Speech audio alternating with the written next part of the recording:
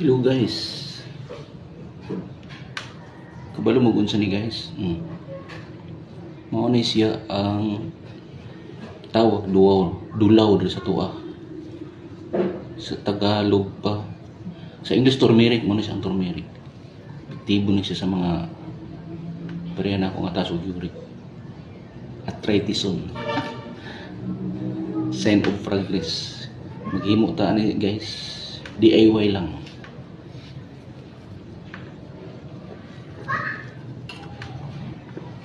Ano lang.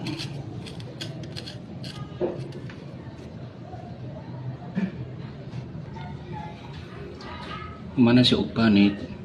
Humana po nato pugas. Limpyo na siya. So ato karong i-slice. So depende sa inyo kung sa inyo style sa on pag slice. Nga kuha.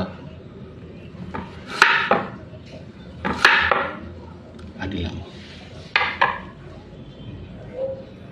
Anak-anak lang. Mag-amping ta kay siyempre hilo siya maka mansa. So tanan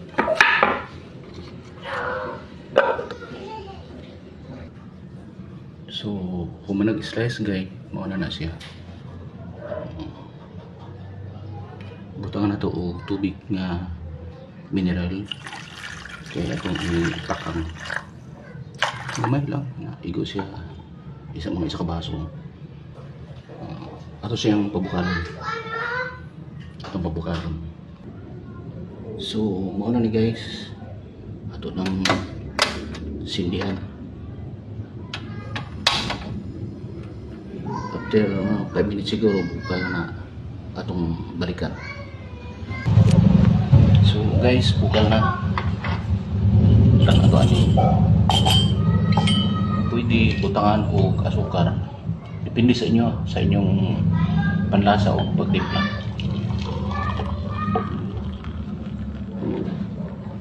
So ano lang guys